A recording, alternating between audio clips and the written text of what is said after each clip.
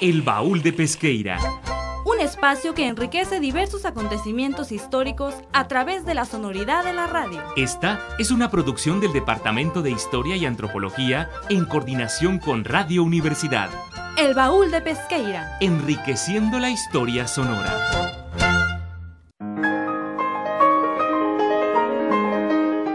Muy buenas tardes, Radio Escuchas, sean bienvenidos una vez más a su programa El Baúl de Pesqueira. Los saluda su compañero Daniel Montaño. En esta emisión continuaremos con el cine mexicano en sus etapas de los 70s hasta la actualidad. Los invitamos a que se queden con nosotros. Para comenzar, Víctor Cervantes nos hablará del cine rock and roll. El Baúl de Pesqueira guarda información y datos relevantes y curiosos de gran interés. Y hoy la presenta a través de Cajita de Madera. El cine ha servido para enviar al estrellato a varios cantantes en todas las épocas. Directores como José Díaz Morales, Tito Davidson, Julián Soler, Rafael Valedón, Julio Bracho, Alfonso Corona Blake, Emilio Gómez Muriel, Abel Salazar y Luis Buñuel, entre otros, pusieron como protagonistas de sus historias a rock and rolleros. En cintas que en su mayoría tenían un trasfondo exagerado donde representan a la juventud con sucesos que marcaron el futuro del séptimo arte de nuestro país.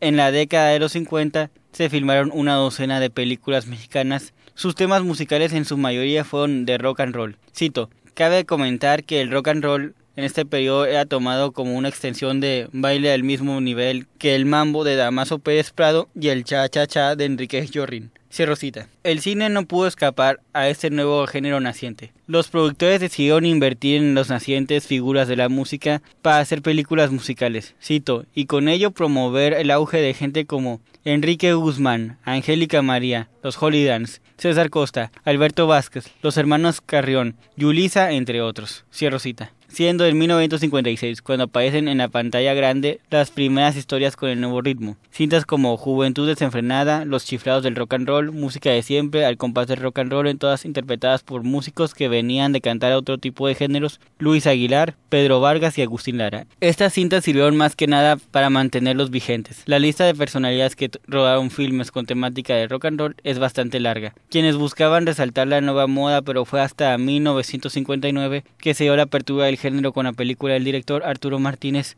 Jugándose la Vida, protagonizada por César Costa y Emily Kranz. Le seguirían nuevas cintas, Limosneros con Garrote, del director Jaime Salvador, filmada en 1960, protagonizada por Marco Antonio Campos Viruta y Gaspar Enaina Capulina. Cito, parte de la banda sonora sería engalanada por Los Locos del Ritmo, encabezados por su vocalista Toño de la Villa, interpretando Morelia Rock y dos temas originales e himnos de la juventud de esos años, Yo no soy rebelde y Tus ojos. Cierro cita. Viruta y Capulina volvieron a trabajar con otro grupo de rock and roll, en 1961, en la película Barridos y Regados, nuevamente al lado de Jaime Salvador, donde actuaron al lado de Ricardo Roel, el hermano de César Costa. Cito, se aventarían dos canciones originales de Eric Medina, No está aquí, y el emblemático Acapulco Rock. Cierro cita. Los siguientes años, 1962 y 1963, fueron decisivos para el género musical en el cine nacional, con 4 cintas. Twix, Locura de la Juventud, fue una de ellas, proyecto de Abel Salazar, pero dirigida por Miguel M. Delgado. El debut cinematográfico de Enrique Guzmán, cito, tuvo como atractivo el contar en su reparto a nuevos valores como María Eugenia Rubio, Alberto Vázquez, quien se presentaba por primera vez en cine, Ricardo Roel y Luis Vivi Hernández. Cierro cita. El cielo y la tierra fue el primer proyecto cinematográfico de César Costa, donde aparecieron famosos temas musicales como Besos por teléfono, No existe el amor y Mi única ilusión. Angélica María formó parte del elenco donde cantó Un peso, cito. Cabe destacar que Germán González Fajardo, ex Booper, estuvo presente en dicho filme, tocando la trompeta. Cierro cita. Shano Urueta también puso su granito de arena en el género en compañía de los comediantes Germán Valdés Tintán y Adalberto Martínez Resortes, en Los pilotos de la muerte, Locos del Tweets. Cito, donde marcarían el paso de los Ten Tops acompañados del Sublime Amor por el cantante Dino y también por Ken Smith, ejecutando Popotitos. Aquí Tintán cantaría muy a su estilo, No está aquí, de Eric Medina. Cierro cita. César Costa produjo en 1963 Dile que la quiero, donde actuaron Fernando Luján, Patricia Conte, Oscar Madrigal y Fanny Cano. La Edad de la Violencia fue un proyecto que estelarizó César Costa, donde desfilaron otros grandes del rock and roll de la época, Manolo Muñoz, Alberto Vázquez y Óscar Madrigal. Gilberto Martínez Solares filma Una joven de 16 años, donde inclusive Julio Alemán cantó un tema rock and rollero, Pan y Amor, adaptación de Pan con mantequilla. Rafael Valedón trabajó en muchas ocasiones con Enrique Guzmán, Angélica María y Manolo Muñoz en 1963. Trabajaron juntos en Vivir de Sueños y Mi alma por un amor. Y en 1964 Yulisa se unió al grupo en El Pecador. En 1965 Yulisa actuó junto a Enrique Guzmán y Violeta Rivas en Nacidos para Cantar. Roberto Rodríguez le dio un protagónico a Yulisa en Nosotros los Jóvenes, donde el artista no cantó ningún tema, pero aún así se lució con su actuación. Estas fueron solo algunas de las películas mexicanas con rock and roll. Es difícil de decir cuántas películas de este género hay en México, porque el asunto tiene diferentes formas. Cito: por ejemplo, se han utilizado temas de este género para musicalizar el fondo de las películas, rockeros mexicanos han hecho música original para cintas, han participado en películas como actores pero no como músicos. También algunos filmes son clasificados como rock y ni siquiera se menciona o no se toca alguna canción de este género. Cierro cita. Para el Baúl de Pesqueira, Víctor Cervantes. Uriel Rodríguez hablará del cine independiente. El cine independiente. Transición. Efectivamente, esta es la palabra indicada para un momento donde México y el mundo se encontraban en épocas de grandes cambios a partir de los años 60. Las guerras y revoluciones, el nacimiento de nuevas ideologías, la apertura mental, una política impredecible y turbulenta, entre otras cosas, fueron trazando el camino para el surgimiento del cine independiente en México. El panorama era en un inicio desalentador. La época de oro del cine mexicano estaba apagando ya su luz, y se veía la decadencia en la industria del cine ante un monopolio inquebrantable, que frenaba toda posibilidad del surgimiento de nuevos cineastas. Había trabas que imponía la sección de directores del Sindicato de Trabajadores de la Producción Cinematográfica, lo que colocaba a este rubro en medio de un torbellino de líos burocráticos y sindicales. Y para rematar la crisis, 3 de los estudios del cine más importantes desaparecieron a finales de los 50, Tepeyac, Plaza Films y Azteca. Por si fuera poco, se descontinuó la entrega del premio Ariel, lo que evidenciaba, por si todo lo anterior fuera poco, el estado inestable de las cosas. Ante todo esto, surge un cine independiente, iniciado por un grupo de jóvenes críticos mexicanos y españoles, con nuevos enfoques, un cine con tintes de crítica social, protestante ante el sistema, consciente del contexto del país, que pone en tela las injusticias y cruda realidad del México del momento. Un cine que con el tiempo tocaría temas más variados, películas de ficheras, luchas, política, sociedad, etc. La primera filmación de este movimiento estuvo a cargo de Yomi García Scott, con el filme El Balcón, en 1961, mismo que impulsaría la celebración del primer concurso del cine experimental de largometraje en 1965, en donde surgirían destacados directores, entre ellos Alberto Isaac, Juan Ibáñez, Carlos Enríquez Taboada y Sergio Bejar, solo por mencionar algunos. Esta época también vieron la luz filmes como Los Caifanes, de Juan Ibáñez, Hasta el viento tiene miedo, de Carlos Enrique Taboada, y Modisto de señoras, de René Cardona. La década de los 60 con su desarrollo estabilizador fue la antesala del nacimiento de este cine independiente, durante la administración de Adolfo López Mateos y Gustavo Díaz Ordaz, que en conjunto va de 1958 a 1970. Se presenció uno de los episodios más recordados en la historia del país, la masacre de Tlatelolco en la Plaza de las Tres Culturas, donde diferentes estudiantes fueron acribillados a manos de fuerzas del gobierno. De esto surge como forma de protesta el filme El Grito, un largometraje documental que cuenta del movimiento estudiantil y la represión del gobierno. Otro film que refleja el terror de los estudiantes durante este periodo fue Canoa, de Felipe Casals, quien tenía un profundo compromiso con las causas históricas. Así pues, se forma el cine independiente en México, que a la postre cobraría mayor fuerza. Para el Baúl de Pesqueira, Uriel Rodríguez. A continuación, Jorge Lares nos explicará en qué consistió el género cabrito western. A mediados de la década de los 70, el cine mexicano se encontró en una etapa de transición sin precedentes. De pasar a una época de cine patrocinado con presupuesto estatal durante el mandato de Luis Echeverría, se pasó a una época de declive para los grandes estudios y directores, y asimismo se abrió paso a un cine de carácter independiente. Este cine independiente giraba en torno a dos grandes géneros, las ficheras y el cabrito western. El cabrito western fue un género ampliamente realizado en la década de los 80 y entre sus características principales encontramos que es un cine producido en la provincia mexicana, en la frontera con más precisión. Eran a su vez producciones de muy bajo presupuesto, así como con pocos méritos técnicos y artísticos, ideas propias del cine de serie B, y los protagonistas principales eran contrabandistas, pistoleros, inmigrantes y traficantes. En algunas ocasiones, la fuente de inspiración era la letra de corridos.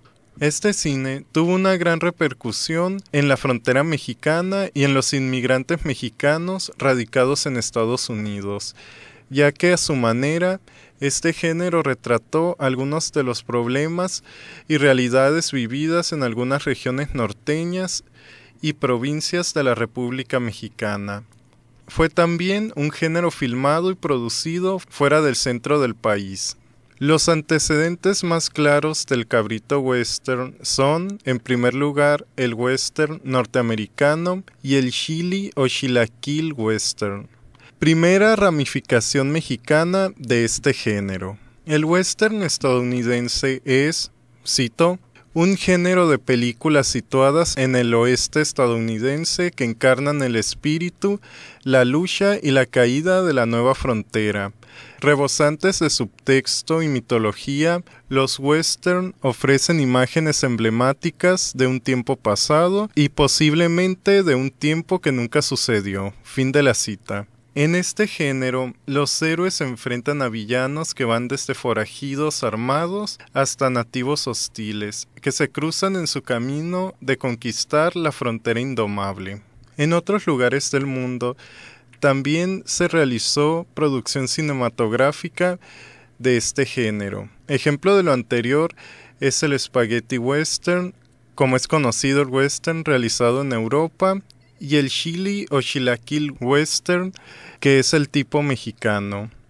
Inspirado en el estadounidense y el spaghetti western, nació en los años 60 el chili western que, cito, se trataba de un género que adoptó a la idiosincrasia puramente mexicana la poesía trágica del cine americano con esa suciedad, nihilismo y violencia propia del oeste made in Italia. Fin de la cita. Gran parte de los argumentos del chili western abordaban temas de venganza protagonizadas por pistoleros con pasados oscuros. Aunque adoptó las características y estéticas del spaghetti western, conservó aspectos de la cinematografía mexicana. Sus principales locaciones eran Zacatecas y Durango. En ocasiones situaba sus historias en Estados Unidos o en espacios indefinidos, y se mezclaba con otros géneros como el terror, en el caso de la película El extraño hijo del sheriff, o comedia, como en las películas Los hermanos del diablo y Bang Bang. Algunas películas principales de esta etapa fueron $5,000 de recompensa, Las víboras cambian de piel, Los hermanos de hierro, Tiempo de morir, Los indomables, Los marcados, El silencioso, Todo por nada, etc. Algunos actores fueron Jorge Rivero, Andrés García, Rogelio Guerra, Rodolfo de Anda, los hermanos Almada, etc. En 1976 surgió la primera película del llamado cabrito western, Contrabando y traición, protagonizada por Ana Luisa Pelufo y Valentín Trujillo. Inspirada en un corrido del mismo nombre, relata la vida de Emilio Varela y Camelia la Tejana, dos traficantes que transportaban drogas de Tijuana a Los Ángeles en las llantas de su auto. Al cobrar el dinero del último cargamento, Emilio decide abandonar a Camelia para irse a San Francisco con la mujer a la que amaba, pero Camelia se siente herida y traicionada y asesina a Emilio. Dirigida por Arturo Ramírez, la película contaría con otras 2 secuelas. Posteriormente, surgirían otras producciones relacionadas con traficantes. La banda del Carro Rojo, protagonizada por los hermanos Almada y dirigida por Rubén Galindo. Trata sobre 2 hermanos que por deudas y necesidades familiares entran al mundo del narcotráfico junto a 2 compañeros más. Los 4 forman la banda del Carro Rojo. Pistoleros famosos, protagonizada por Mario Almada, Fernando Almada y Álvaro Cermeño. Un pistolero venga la muerte de su hermano y se une a una banda de contrabandistas que maneja un poderoso traficante inaccesible hasta para sus secuaces, y que tiene una flota de camiones y un amor imposible que lo empujó a delinquir. Dirigida por José Loza Martínez, también cuenta con secuelas. El traficante, con Álvaro Cermeño, Fernando Almada y Rosenda Bernal, narra la carrera criminal de un traficante del norte de México, desde su ascensión al poder hasta los enfrentamientos con sus enemigos. Dirigida por José Luis Urdieta. Lola la trailera, protagonizada por Rosa Gloria Chagoyán, narra la historia de Lola, la hija de un conductor de tráiler que transportaba productos y que en una ocasión se niega a utilizar el tráiler para pasar la droga de una banda de traficantes a la frontera, por lo que es asesinado. La policía encubre a los delincuentes y Lola, al heredar el tráiler, se dedica a trabajar con él y a tratar de vengar la muerte de su padre. Dirigida por Raúl Fernández Fernández, también contó con más de una secuela. Y así, entre estas y otras películas y actores como Mario Almada, Fernando Almada, Álvaro Cermeño, Valentín Trujillo, Sergio Goyri, Ana Luisa Pelufo, Rosa Gloria Chagoyán, Rosenda Bernal, Pedro Infante Yunes, entre otros, desfilaron por la pantalla hasta inicios de los 90, cuando se dio el cese de la regulación de cine que obligaba a las salas a proyectar un determinado porcentaje de películas mexicanas. Las políticas de privatización del cine y la apertura hacia capitales extranjeros hicieron que el género entrara en declive y se abriera camino a través de los videohome. Para el Baúl de Pesqueira, Jorge Alfonso Lares Miranda. Para finalizar, Víctor Cervantes nos hablará de la vida de Carlos Enrique Taboada. Nació el 18 de julio de 1929. En la colonia Santa María la Ribera, en la Ciudad de México, hijo de los actores de teatro Julio Taboada y Aurora Walker. Vivió toda su infancia en una casa frente al kiosco Morisco, ubicado en el centro de dicha colonia. Sus padres fueron actores sumamente conocidos en la primera mitad del siglo XX.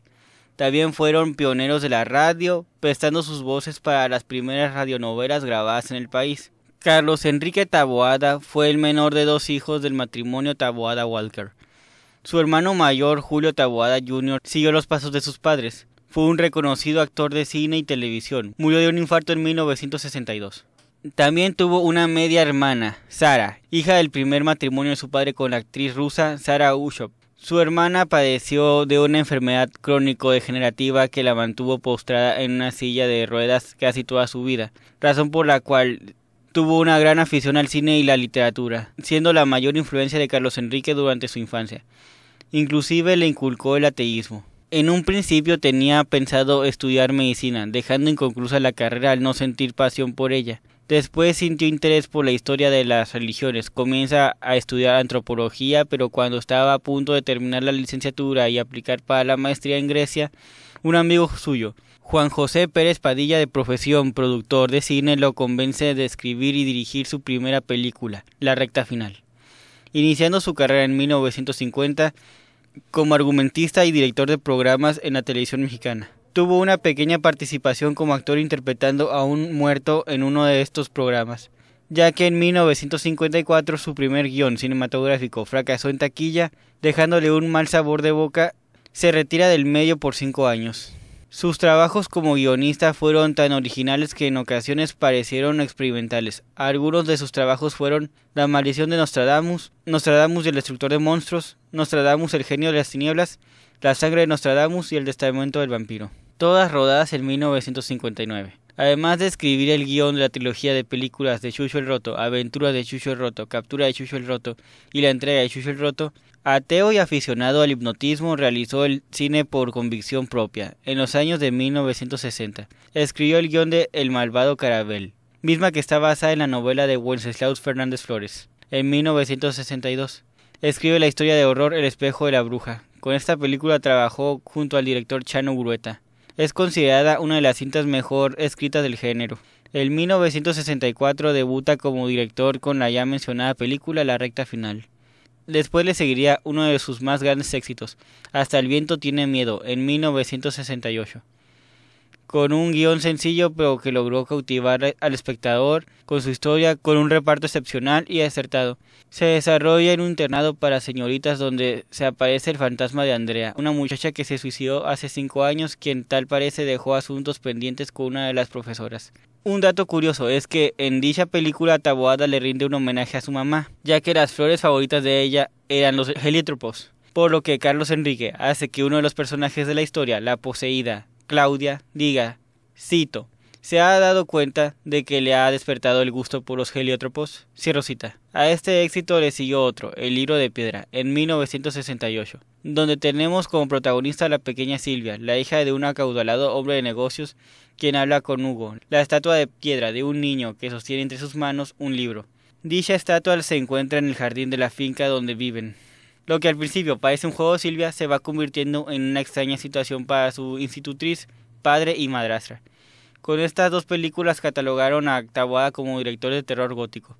Enrique Taboada demostró sus dotes de hipnotista en esta película. En la escena en la que aparece una iguana que se supone debía estar muerta, alguien de la producción se disponía a matar al animal, pero Taboada se interpuso diciendo, cito, no la maten, que la voy a dormir.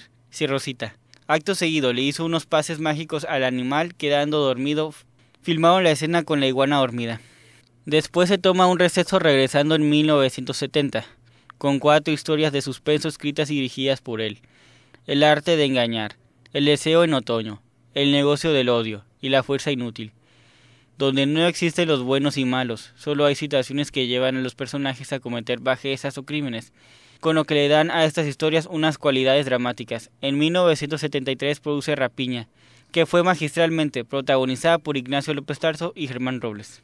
Regresando al género que más éxito le brindó el cine gótico con Más negro que la noche, en 1975, que cuenta la historia de una mujer mayor quien le deja como herencia una casona porfiriana y un gato negro a su sobrina, misma que llega en compañía de 3 amigas. Conforme avanza la historia, las 4 muchachas sufren de situaciones paranormales. Taboada consiguió un libreto muy bien escrito al hacer que el fantasma de la tía mate de miedo a sus víctimas sin la necesidad de utilizar ningún toque sangriento. Para encontrar al gato que interpretaría a Becker, Taboada puso un anuncio en el periódico, enlistando las características del animal que necesitaba. Encontrando a su gato actor cuando éste saltó de los brazos de su dueña y se acurrucó en sus piernas.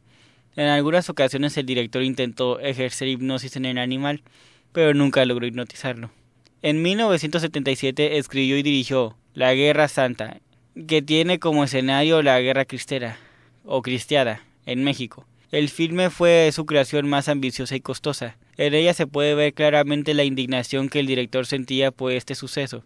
Cito, confirmaba una vez más la postura del realizador con respecto a la Iglesia Católica en nuestro país. Una aguda crítica a esta en una historia que se desarrollaba durante la infame Guerra de los Cristeros. Cierro cita. Pero después Carlos Enrique Taboada se aleja del cine por 7 años, en los que solamente escribe el guión de La Coyota, que fue estrenada en 1983.